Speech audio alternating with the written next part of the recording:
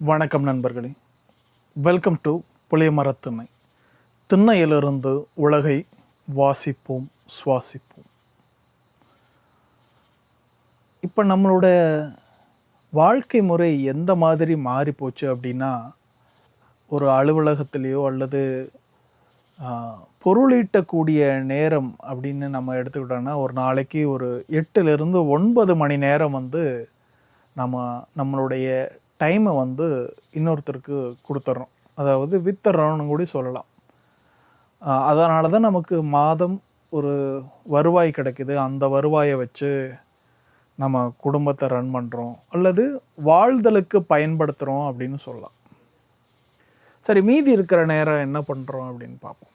9 மணிலேருந்து 6 மணி வரைக்கும் நம்ம அலுவலகங்களில் ஸ்பெண்ட் பண்ணுறோம். அப்புறம் போக்குவரத்து, வீட்டிலிருந்து ஆஃபீஸ் போகிறதுக்கு டிராஃபிக்கை பொறுத்து டைம் ஆகுது. அதே மாதிரி திரும்பி வர்றதுக்கும் டைம் ஆகுது. வீட்டுக்கு வந்த உடனே ஒரு 7-7:30 மணி ஆனோடனே டிவி பார்த்துட்டு சாப்பிட்டு குழந்தைங்களோட பேசுகிறனா பேசிட்டு தூங்கிடுறோம். சிலர் சனிக்கிழமை கூட வேலை செய்கிறாங்க. அவர்களுடைய நிலைமை அது சரி தவறுங்கிறதுக்குள்ளே வரல. அடுத்தது இருக்கிறது ஒரே ஒரு நாள் ஞாயிற்றுக்கிழமை. நம்ம 5 நாள் 6 நாள் வேலை செஞ்ச அந்த அயற்சியில் நம்ம ஞாயிற்றுக்கிழமை கொஞ்சம் லேட்டாக தூங்குகிறோம். 10-11 மணி வரைக்கும் தூங்குகிறோம். மதியம் சாப்பிட்றோம். அப்புறம் மறுபடியும் தூங்குகிறோம். ஒரு 5-6 மணிக்கு ஒரு டிவியை பார்த்து ஒரு சினிமா பார்த்துட்டு அன்னை காலம் முடிச்சுட்டு அந்த வார இறுதியை இந்த மாதிரி முடிச்சுட்டு மறுபடியும் திங்கக்கிழமையிலிருந்து வேலை. எப்பாவது ஒரு நாள் சினிமா அல்லது நம்ம குடும்பத்தாரோட ஒரு சுற்றுலாத்தலம் அல்லது பீச்சு ஏதோ ஒரு இடத்துக்கு போகிறோம். ஸோ இதுதான் வாழ்க்கையா? 5-6 நாள் நம்ம தொடர்ந்து அலுவலகங்களுக்கு போகிறோம். ஒரு நாள் லீவு வீட்டில். 5-6 நாள் வேலை செஞ்ச அந்த அயற்சியை டயர்டை ஞாயிற்றுக்கிழமை மறுபடியும் ரெஸ்ட் எடுத்து நம்ம இது பண்ணிக்கிறோம். இதுதான் வாழ்க்கையா? வாழ்தல் என்பது இதுதானா அப்படின்னு ஒரு கேள்வி இருக்கு. சரி, முதல்ல எதுக்கு வேலைக்கு போகிறோம்?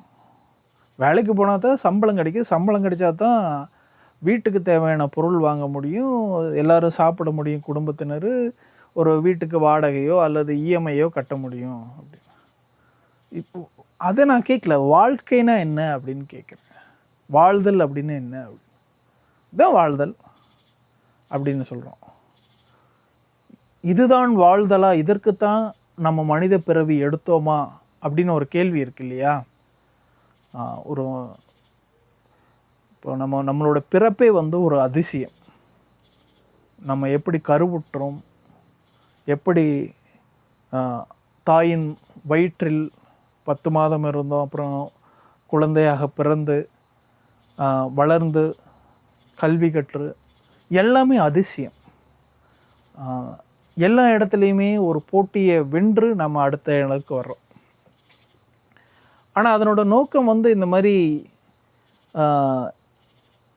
அலுவலகத்திலேயே வாழ்ந்து முடிச்சிடுறது தான் நம்மளோட வாழ்க்கையின் இலக்காக இருக்க முடியுமா அப்படின்னு கேட்டால், கொஞ்ச நேரம் நம்ம அந்த ஸ்டாப் பண்ணிவிட்டு ஓகே இவ்வளோ ஸ்பீடாக நம்ம வாழ்க்கை ஓடிட்டுருக்குது, ஒரு கொஞ்சம் டைம் ஸ்பெண்ட் பண்ணி நம்ம எதற்காக இந்த வாழ்க்கையை வாழ்கிறோம், நம்மளுடைய வாழ்க்கையின் குறிக்கோள் என்ன, ஏன் நாம் தொடர்ந்து நம்மை அறியாமலே இந்த வாழ்க்கை சக்கரத்தில் மாட்டிக்கொண்டிருக்கிறோம் அப்படிங்கிறத புரிஞ்சுக்க முயற்சி பண்ணணும். முதல் வாழ்தல் என்பது எல்லா உயிர்க்கும் நோக்கம் இன்பமாக இருத்தல் அப்படிங்கிறது ஒரு பொதுவான அடிப்படை.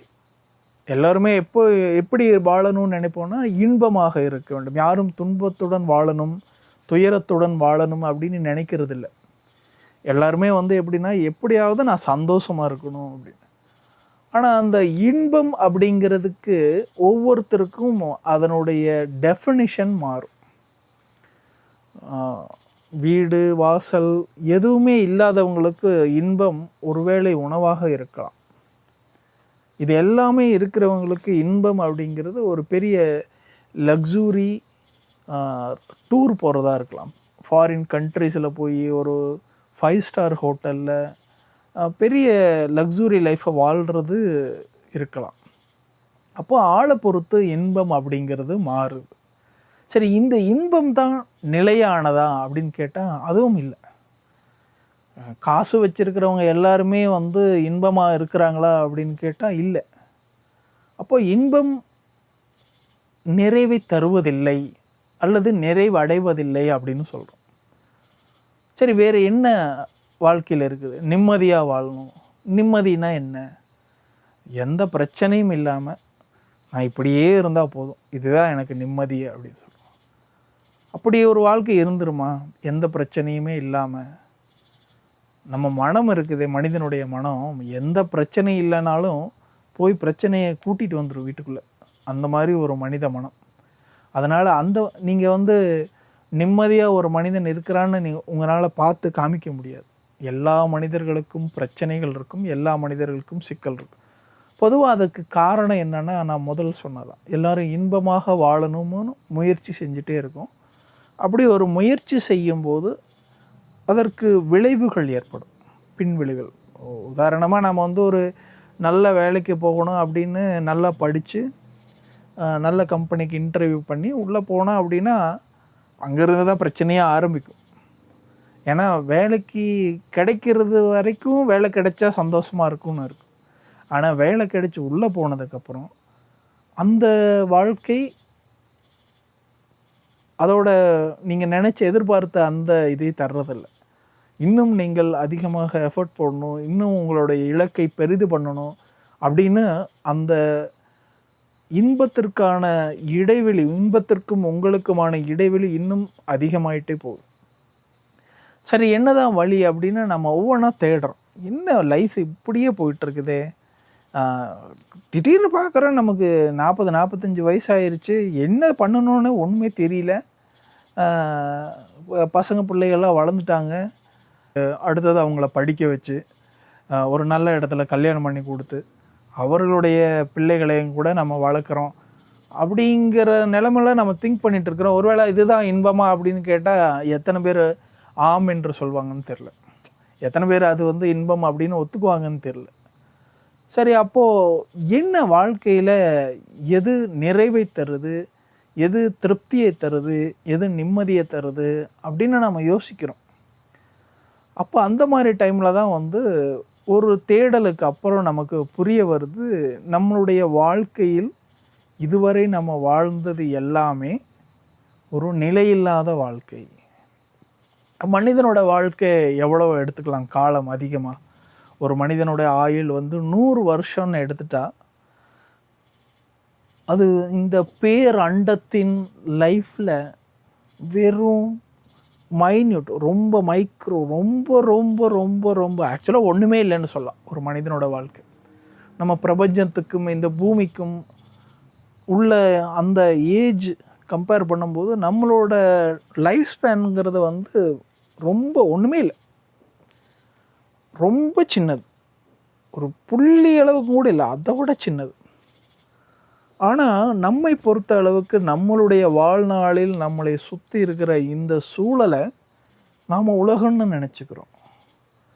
இந்த உலகத்தில் நான் வந்து பெரிய ஆளாக வரணும், வரலாறு படைக்கணும் அப்படின்னு கனவு காண்றோம். சரி, அது வந்து வாழ்தலின் தர்மம், அப்படி தான் இருக்கணும்.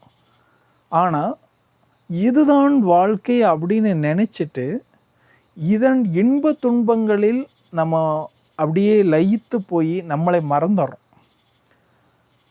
ஏன் மறந்துடுறோன்னு சொல்ல வரோன்னா, இந்த விழிப்பு ஒரு டைமில் வரும் எல்லாத்துக்கும். என்னடா வாழ்க்கை இது, என்ன வாழ்ந்துட்டுருக்குறோம் அப்படின்னு விழிக்கும் போது தான் நம்ம யார் அப்படின்னு தேடுறோம். யார் நாம்? ஏன்னு கேட்டால் திருச்செந்தில் அப்படின்னு சொல்கிறான், அவன் அதை பண்ணியிருக்கான், இதை படிச்சிருக்கான், அதை பண்ணுறான் அப்படின்னு சொல்கிறான். ஆனால் இன்னொரு 100 வருஷம் கழித்து யார் திருச்செந்தல்னு யாருக்குமே தெரியாது. அப்படி ஒன்று பெரிய இதுவே கிடையாது. இது நானெல்லாம் ஒரு சாதாரண ஆள், ஏன் பெரிய ராஜராஜ சோழன், இன்னும் பெரிய சாதனை படைத்த மன்னர்கள், மனிதர்கள் எத்தனை பேரோட பேரை நம்ம இன்னும் ஞாபகம் வச்சுருக்கோம். மகாத்மா காந்தி, வல்லபாய் பட்டேல், வ.உ. சிதம்பரம், பாரதியார், பாரதிதாசன். அவங்களோட வாழ்க்கையில் நம்ம இப்போ பார்க்குறது ஒரு 50, 100 வருஷத்துக்குள்ள. இப்போவே நிறைய பேர்த்துக்கு அவங்களோட பேர் தெரியாது. இன்னொரு 100 வருஷம் கழித்து போனால் அவர்களையும் நம்ம மறந்துடுவோம். உலக வரலாறுன்னு பார்த்திங்கன்னா மனிதர்களின் வரலாறு பல 1000 வருஷம். நம்மளால் நினைவு கூறக்கூடிய அளவுக்கு இருக்கிற வரலாறு அதிகபட்சம் ஒரு 1500 வருஷம் வரைக்கும் நம்ம போகலாம். அதுக்கு மேலே போனால் இருக்குதுன்னு சொல்லுவாங்க கதை அல்லது புராணம், கர்ண பரம்பரை கதை அப்படிங்கிற மாதிரி இருக்கும். நமக்கே படிக்கும்போது அது வந்து உண்மையாக இருக்குமோ அப்படிங்கிற ஒரு கேள்வியோடு நம்ம கடந்து போயிடுவோம். ஸோ அப்போ எல்லாமே ஒரு நினைவாக மாறிடுது. க்ளோஸாக இருக்கும்போது இன்றைக்கி நம்ம நேற்று நடந்த நிகழ்வு கூட அது நினைவு தான். அது என்ன நடந்ததோ அது கடந்து போயாச்சு. நம்ம மனசில் இருக்க வரைக்கும் நினைவு.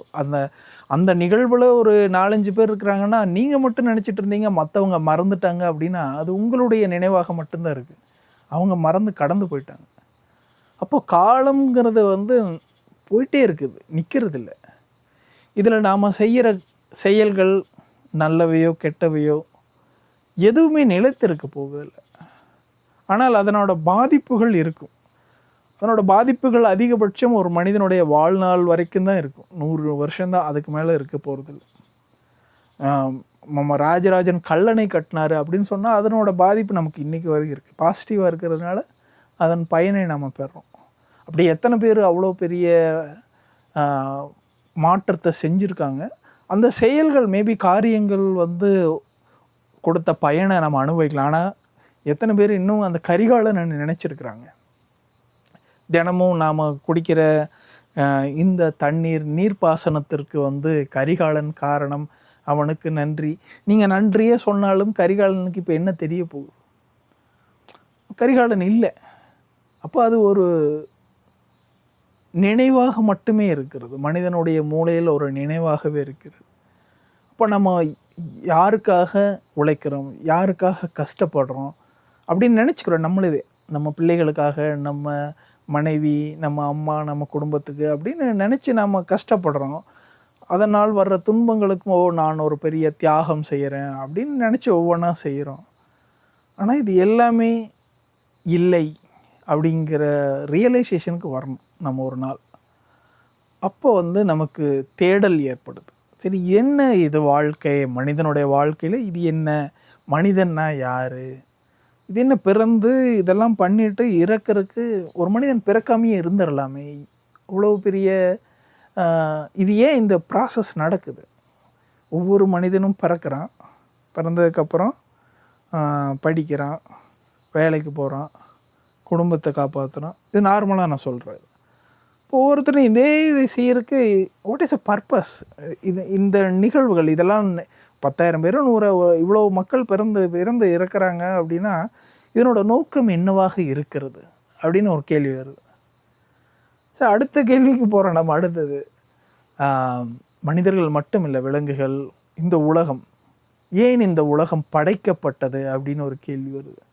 இந்த உலகம் படைக்கப்பட்டதா அல்லது இப்படியே தான் இருந்துச்சா தெரியாது நமக்கு. அந்த கேள்வி கேட்குறோம். அப்போ நம்ம ஒரு தத்துவார்த்த ரீதியான ஒரு தேடலை நோக்கி போகிறோம். அப்போது அறிவியல்லையும் விளக்கம் தேடுறோம். அப்போ தான் பிக் பேங்கை பற்றி பேசுகிறோம், ஸ்டார்ஸ் எப்படி உருவாகுது,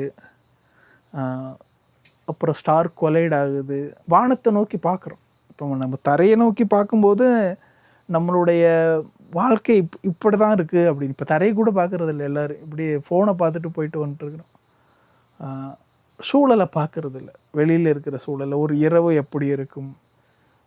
நான்லாம் சின்ன பையனாக இருக்கும்போது தரையில் படுத்து வானத்தை பார்த்தேன்னா அந்த விண்மீன்களை பார்க்கக்கூடிய ஒரு அனுபவம், அந்த விண்மீன்களை என்ன முயற்சிப்பது, அது என்ன பேட்டர்னில் இருக்குது, இப்போ எத்தனை குழந்தைகள் வானத்தை பார்க்குறாங்க இரவில் அப்படிங்கிறது ஒரு பெரிய கேள்வியாக இருக்குது.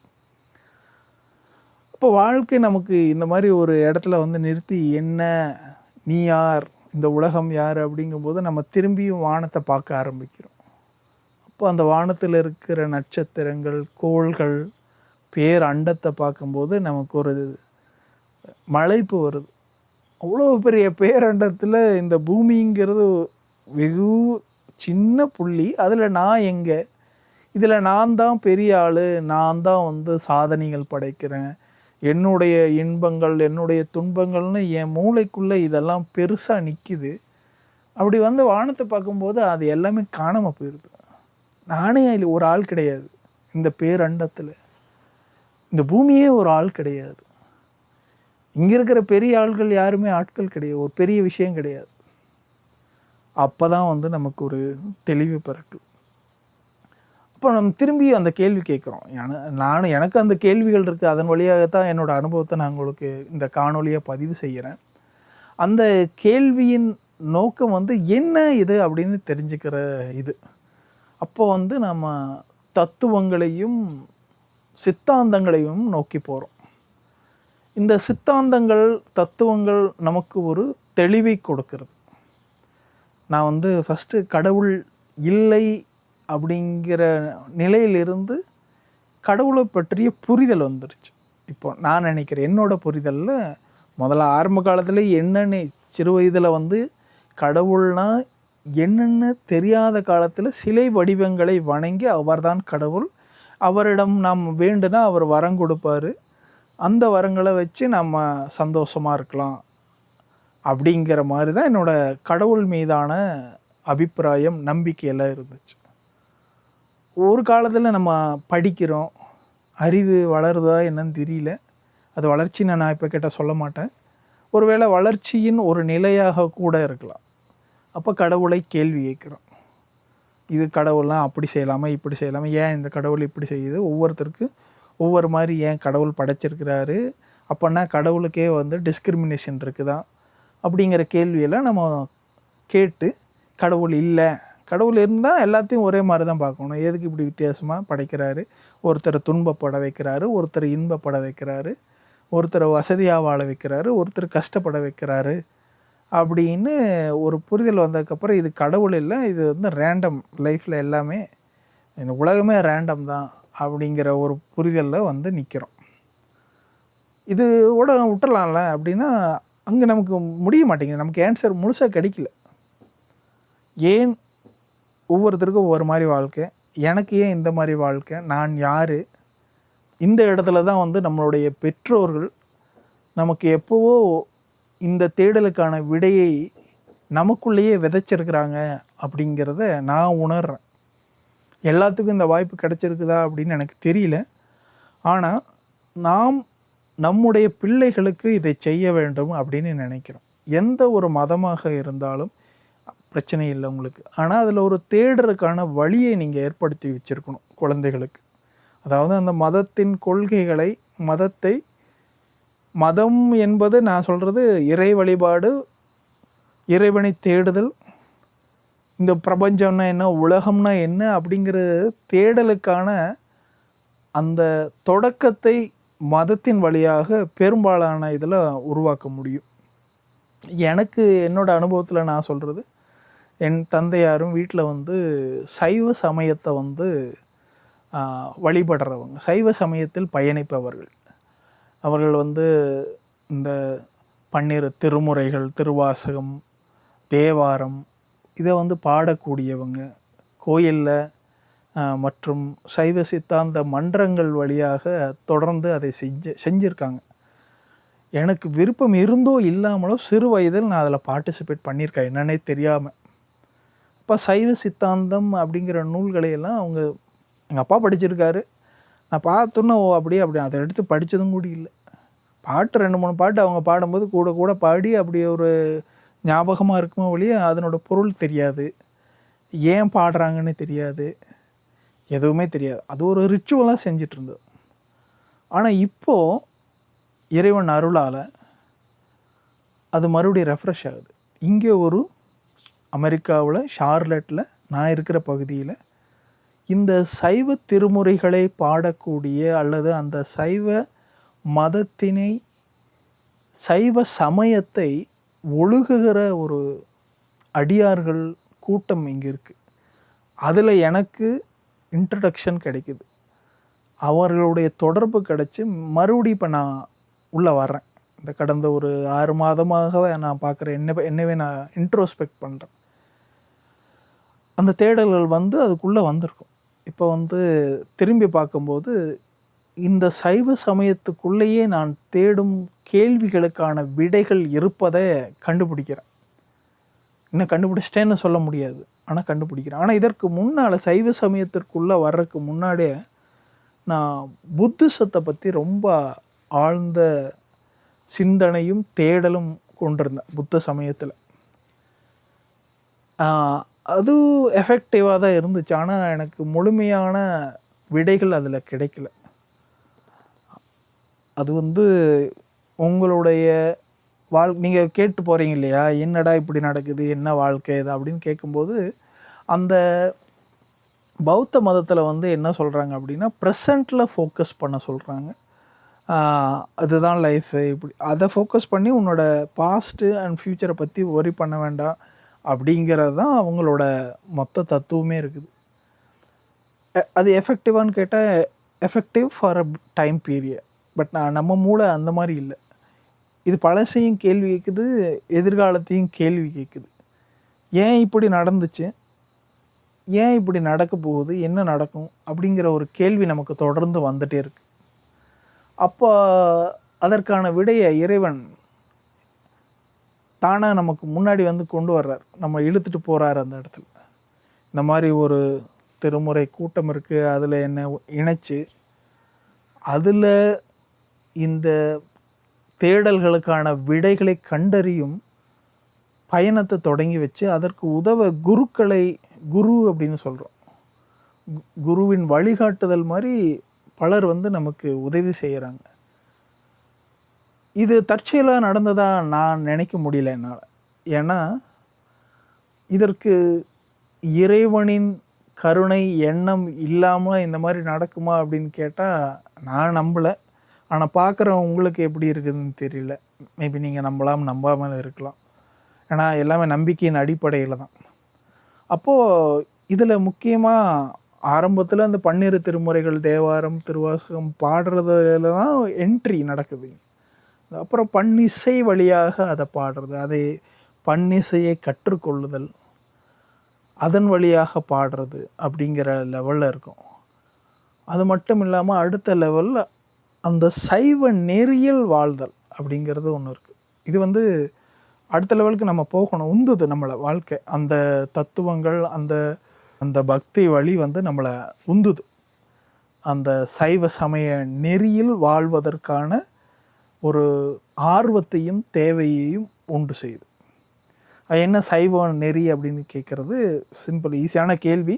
பட் இருந்தாலும் என்னோட புரிதல், நான் ஆரம்ப நிலையில் இருக்கிறேன், இப்போ சொல்கிறேன். சைவ சித்தாந்தம் அப்படிங்கிறது ஒரு பெரிய ஃபிலாசபிக்கல் கான்செப்ட். அதில் தான் நான் ஏற்கனவே கேட்ட கேள்விகளுக்கெல்லாம் விடை இருக்குது அப்படிங்கிறத நான் தெரிஞ்சிட்டேன். இப்போ நான் அதை ஆழமாக படிக்கணும். படித்து டீப்பாக என்னோடய கேள்விகளுக்கு விடை கண்டுபிடிக்கும் போது தான் இன்னும் எனக்கு தெளிவு பிறக்கும்.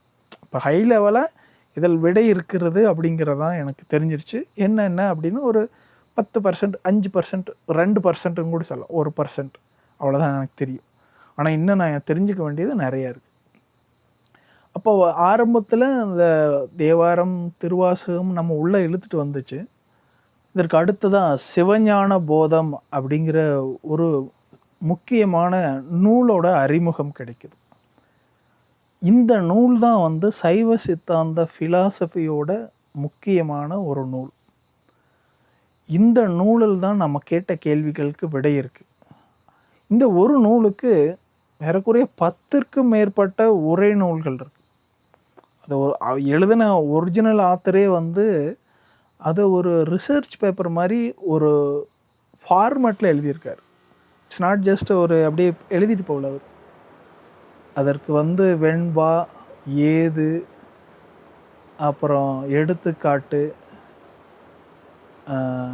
அப்படின்னு ஒரு ஸ்ட்ரக்சர் வச்சுருக்கார் தன்னோட தத்துவத்தை விளக்குறதுக்கு. அதன் வழியாக நம்ம போய் படித்து புரிஞ்சுக்கிறது ஒன்று. ஆனால் அவங்க எழுதுனது ரொம்ப நாளைக்கு முன்னாடி, ஒரு 12ஆம் 13ஆம் நூற்றாண்டில் எழுதுனதுனால அந்த காலத்தில் பயன்படுத்தப்பட்ட தமிழ் வந்து வேறு, இப்போ நம்ம பயன்படுத்திகிட்டு இருக்கிற தமிழ் வேறு. இப்போ இடையில அந்த 2 கேப்பையும் ஃபில் பண்ணுறதுக்கு உரைநூல்கள் தேவைப்படுது. அந்த உரைநூல்களை ஃபாலோ பண்ணுறோம். இது ஒரு பக்கம். இன்னொரு பக்கம் வந்து சைவ சமயத்தில் அந்த பக்தர்களின் சைவ சமய நாயன்மார்கள்னு சொல்கிறோம், 63 நாயன்மார்கள்னு சொல்கிறோம். இவர்கள் வந்து சிவன் மீது கொண்ட அன்பை அல்லது பக்தியை, அந்த பக்தியின் வழியாக எப்படி வாழ்ந்திருக்கிறார்கள் அப்படின்னு அவர்களுடைய வாழ்க்கையை ஒரு பாடமாக எடுத்து நம்ம படிக்கிறோம். அவங்க வந்து ஒரு எக்ஸாம்பிள். சில கதைகள் நம்ம படிக்கும்போது அது வந்து ரொம்ப அதீதமாக இருக்கிற மாதிரி இருக்கும். ஆனால் அந்த கதையின் நோக்கம், அந்த நாயன்மார் வரலாற்றை சொல்கிறதோட நோக்கம் இறைவன் மீது எந்த அளவுக்கு அன்பு கொண்டிருக்கிறார்கள் அப்படிங்கிறத தெரிஞ்சுக்கிறது தான் நம்ம அதை படிக்கிறோம். அப்படிங்கிற லெவலில் அதை நிறுத்திக்கணும். அது இந்த காலத்தில் சாத்தியமா, அந்த காலத்திலேயே அது எப்படி நடக்கலாம், இப்படி நடக்கலாமா அப்படின்னு கேள்வி கேட்க வேண்டியதில்லை. அது சொல்ல வந்த நோக்கம், அந்த கதைகளின் வழியாக சொல்ல வந்த நோக்கம், அவர் இறைவன் மீது எந்த அளவிற்கு அன்பாகவும் பக்தியாகவும் இருந்திருக்கிறார் அப்படிங்கிறத சொல்ல வந்ததுக்கான கதைகள். இதில் ரொம்ப இன்ட்ரெஸ்டிங்காக எனக்கு, நான் அடுத்த கட்டத்துக்கு நோக்கி இழுத்துட்டு போகிறதுக்கு நூல்கள் அதுவாக அமையுது. நம்ம யூடியூப்பில் வீடியோ பார்க்கும்போது சில வீடியோக்கள் வழியில் என்ன சொல்கிறாங்கன்னா, ஒரு வீடியோவில் வந்து ஞான சம்பந்தரின் அடிச்சுவட்டில் அப்படின்னு ஒரு பக்தி டிவி அப்படிங்கிற யூடியூப் சேனலில் வந்து ஒரு தொடர் கலந்துரையாடல் நிகழ்ச்சி நடத்துது. அதில் சைவத்தை பற்றி பிஹெச்டி பண்ண ஒரு முனைவர் வந்து பேசுகிறார். அவர் சொல்கிற கருத்து, அவர் நல்லா பேசுகிறார். அதை கண்டிப்பாக நீங்கள் பார்க்கணும். அதனோட இணைப்பும் கூட நான் வந்து இந்த வீடியோக்கு கீழே கொடுக்குறேன். ஞான சம்பந்தர் பிறந்ததிலிருந்து அவர் வளர்ந்து அவருடைய வாழ்க்கை முறை, அப்புறம் வந்து அவர் ஒவ்வொரு சிவ தலங்களுக்கும் சென்று வழிபாடு செய்கிறார். அப்போ அந்த பாடல் பாடுறார். திருநாவுக்கரசர், மணிவாசகர், சுந்தரர் அப்படின்னு 4 இருக்கிறாங்க.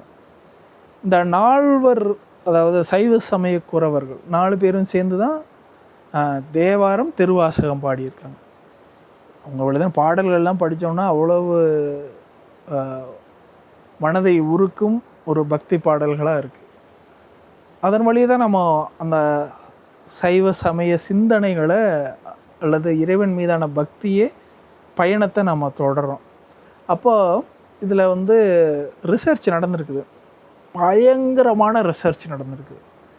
இந்த சைவ சமயம் தமிழ் அப்படிங்கிறதுல நாம் நினச்சி பார்க்கக்கூட முடியாத அளவிற்கு பல ஆய்வுகள் நடந்திருக்கு. ஆய்வறிஞர்கள் யாருன்னு பாருங்கள். திருவிகா, மறைமலை அடிகள், அப்புறம் மீனாட்சி சுந்தரம் பிள்ளை அப்படின்னு பெரிய ஜாம்பவான், வ.உ. சிதம்பரனார், இவர்கள் எல்லாமே வந்து பெரிய பெரிய ஆராய்ச்சிகள் செஞ்சு புத்தகங்கள் வடிச்சிருக்கிறாங்க. இதில் எனக்கு புதிய திறப்பாக இருந்தது, நான் வந்து கொங்கு மண்டலம், குறிப்பாக கோவை பக்கத்தில் இருந்து வந்திருக்கிறேன். நான் சி.கே. சுப்பிரமணியம் முதலியார்னு ஒருத்தர் இருந்திருக்கார். அவர் இந்த பெரிய புராணத்தை ஆராய்ச்சி பண்ணி ஒரு பெரிய 8 வால்யூம் இருக்கிற ஒரு புக்ஸ், அந்த சீரீஸை வந்து எப்போவோ போட்டிருக்காரு, ஒரு 50 வருஷத்துக்கு முன்னாடி. இப்போ அது எனக்கு கிடைக்க வாய்ப்பு கிடைச்சிது. அது அந்த புத்தகத்தை பெற்றுக்கொள்வதற்கான ஒரு வாய்ப்பு கிடைச்சிது. அதில் என்ன பண்ணியிருக்காரு அப்படின்னா, அவர் அந்த பெரிய புராணத்தில் சொல்கிற அந்த 63 நாயன்மார்கள் வரலாற்றை அவங்க சொன்ன இடத்துக்கு போய் அந்த இடத்துல இருக்கிற கல்வெட்டுக்கள், ஓலைச்சுவடிகள், அங்கே கர்ண பரம்பரையாக வர்ற கதைகள், அப்புறம் எல்லாமே கோயிலில் கிடைக்காது. ஒரு சிலர் என்ன சொல்லுவாங்கன்னா, அங்கே பக்கத்தில் ஒரு ஊர் இருக்குது அல்லது பக்கத்தில் ஒரு மண்டபம் இருக்குது, அங்கே போய் கேட்டிங்கன்னா சொல்லுவாங்க அப்படின்னு அந்த ஆராய்ச்சிக்கான டிப்ஸ் வந்து உங்களுக்கு கிடச்சிட்டே இருக்கும். இப்போ அவர் அதையெல்லாம் ஃபாலோ பண்ணி ஒரு சில இடத்துல தகவல் எப்படி இருக்குன்னா, இந்த ஊர் இந்த இடத்துல இருக்கணும், அந்த ஊருக்கு பேரே இருக்காது. இப்போ போய் பார்த்தா அவங்க என்ன சொன்னாங்களோ அந்த பேர் இருக்காது, இப்போ வேறு பேர் இருக்கும். இதை ட்ரேஸ் பண்ணி கண்டுபிடிக்கணும். இதே மாதிரி இன்னொரு பேர் ஒரு 50 கிலோமீட்டரில் அந்த பக்கம் இருந்திருக்கும். இப்போ அதுவா இதுவா அப்படின்னு ஒரு கேள்வி வரும். அப்போ சி.கே. சுப்பிரமணியம் முதலியார் போன்றவர்கள் அந்த இடத்துல ஒரு தர்க்க ரீதியான இன்னொரு ஆராய்ச்சி, ஏன் இந்த இடம்தான் இந்த புராணத்தில் சொல்லுது, அந்த இடம் இல்லை அப்படிங்கிறதுக்கு அவர்களுடைய ஆராய்ச்சியின் வழியாக அதற்கு பதில் தர்றாங்க. இப்படி ஒவ்வொரு சம்பவத்திற்கும் ஒரு பின்னணி ஆராய்ச்சி, ப்ரொஃபஷனல் இதெல்லாமே. அந்த ஆராய்ச்சி வந்து தர்க்கபூர்வமாகவும் எவிடன்ஸ் பேஸ் பண்ணியும் அவங்க நிறைய எழுதியிருக்காங்க அந்த புத்தகங்கள்.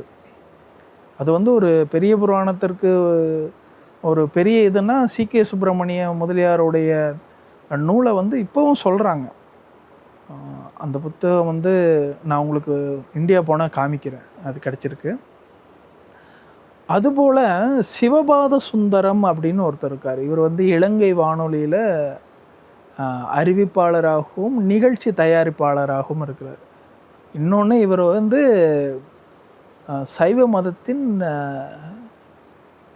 சைவ மதத்தை பின்பற்றுபவர் அப்படின்னு இருந்தாலும் அவர் வந்து புத்த மதத்தை பற்றி ஒரு நூல் எழுதியிருக்காரு. அதாவது பயணம் செஞ்சு புத்தர் அந்த மதத்தின் இதை வந்து பயணம் செஞ்சு அங்கங்கே போய் அந்த வரலாற்றில் இருக்கிற இடத்த இப்போ போய் பார்த்து என்ன நடந்திருக்கு அப்படின்னு எழுதுறது. இந்த இடம் இப்படி இருக்குது, அப்போ அப்படி சொன்னாங்க, இப்போ இப்படி இருக்குது, இந்த இடத்துல இந்த கோயில் இருக்குது, இந்த இடத்துல அது இருக்குது, அப்படின்னு சமண பள்ளிகள் இருக்குது, சமணர்களை பற்றி அப்படின்னு ஒரு இது. அவர் வந்து சிவபாத சுந்தரம் வந்து சேக்கிழாரின் அடிச்சுவட்டில் அப்படின்னு. நான் இப்போ இந்த புக்கு எனக்கு கிடைச்சது பிடிஎஃப் ஃபைலாக.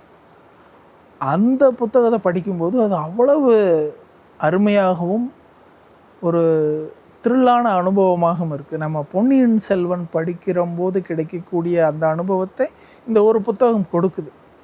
சேக்கிழார் வந்து எப்படி பயணம் செஞ்சார், அவர் எழுதியிருக்கார். சேக்கிழார் தான் வந்து இந்த பெரிய புராணம் கதைகளை வந்து டாக்குமெண்ட் பண்ணுறார். அப்போ இவர் சேக்கிழார் போன வழியில் இவர் போய் அந்த இடங்களை பார்க்குறாரு, கோயில்களை பார்க்குறாரு, அங்கே இருக்கிற குளங்களை பார்க்குறாரு, அந்த டாக்குமெண்ட்டை கம்பேர் பண்ணுறாரு. அப்புறம் அங்கே இருக்கிற பரம்பரையாக வாழ்கிறவங்கள்ட்ட அந்த வரலாற்றை பற்றி கேட்குறாரு, கேப் இருக்கிறத ஃபில் பண்ண ட்ரை பண்ணுறாங்க அப்படின்னு அந்த ஒவ்வொரு இடத்துலையும் அவர் நகர்ந்து போகிறார். அவருக்கு வந்து ஐ திங்க் ஒரு பெரிய அவருடைய பயண செலவுகளுக்கு ஃபண்ட் பண்ணுறாங்க புறவாளர்கள்.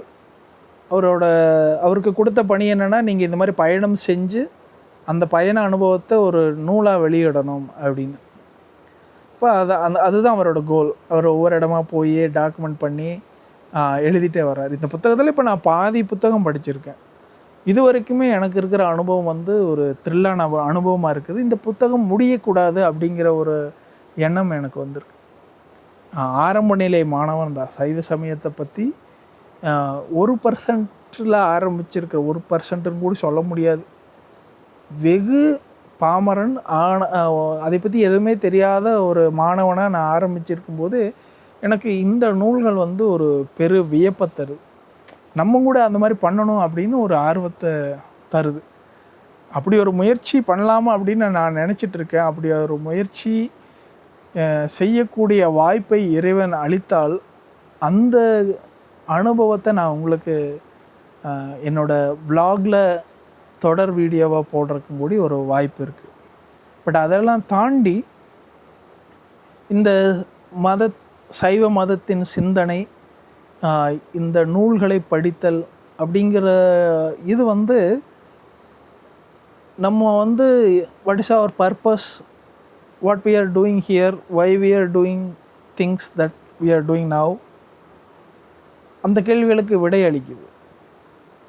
இதை வந்து இன்னொரு சைட்லேருந்து நீங்கள் கேள்வி கேட்டே இருக்கலாம், இது சரியா தவறா, இதுக்கான கவுண்டர் ஆர்கியூமெண்ட் இருக்குது, எல்லாத்துக்குமே அந்த மாதிரி ஒரு ஆர்கியூமெண்ட் இருக்குது.